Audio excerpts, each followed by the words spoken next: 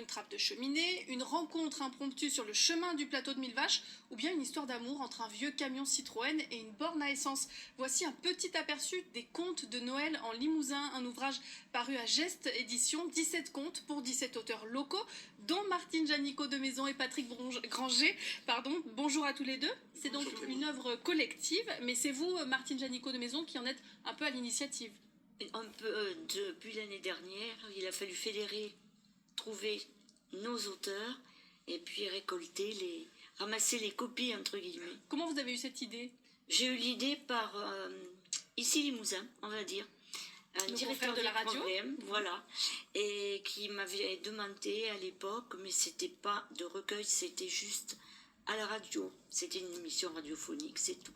Et donc vous en avez fait ce livre, donc 17 contes avec des styles et des thématiques très variées. On va citer quelques-uns des auteurs: Marie-Noël Agneau, Yves Aubard, Philippe Grandcoin, Franck Linol, Fabrice Varieras. C'est quoi le point commun entre tous ces contes qui sont réunis ici? C'était Noël, c'était l'esprit de Noël, les fêtes, pour faire rêver les gens, le lecteur, pour qu'il s'évade. Et parfois de manière un petit peu décalée.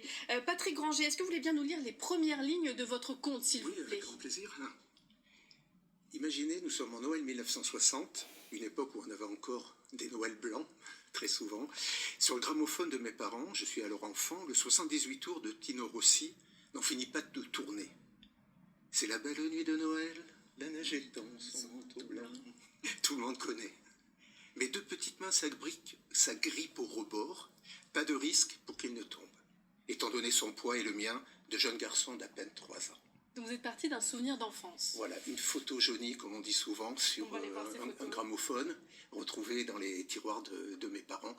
Et à partir de là, donc, j'ai brodé cette histoire d'un enfant des années 60. Et puis, l'histoire aussi de mes parents à Noël, achetant un gramophone, écoutant cette chanson, leurs premiers amours. J'étais pas encore né, et puis ensuite je vais arriver, mon frère est là, et puis à partir de là c'est les réunions familiales. Systématiquement à Noël on sort le petit Papa Noël, et sur la fin de l'histoire mes petites filles arrivent et la tradition perdure. La transmission aux générations suivantes. Martine, votre conte il s'intitule Moussa l'enfant perdu. Vous nous lisez aussi peut-être les premières lignes? Tout à fait, avec plaisir. Il était une fois un petit gars venu du fond de l'Afrique. Moussa avait quitté les terres brûlantes du Burkina Faso, laissant derrière lui une nombreuse famille au village de Yargo.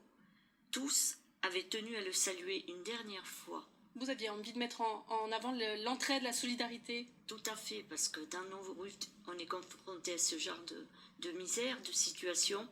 Donc, ce pauvre Moussa arrive des terres brûlantes d'Afrique, il se retrouve plongé dans Limoges en plein hiver, mais il y a un happy end, on n'en dira pas plus. On peut le découvrir. À propos de solidarité, tous les profits des ventes sont reversés au Secours populaire de la Haute-Vienne. C'est un ouvrage qui rencontre déjà un certain succès, Martine? Ah oui, plus qu'un succès, puisque on peut dire qu'il est presque en rupture de stock pour Noël, là. On est ric-rac. Il va falloir en réécrire peut-être pour l'année prochaine. C'est le scoop, c'est la nouvelle donnée par notre éditeur.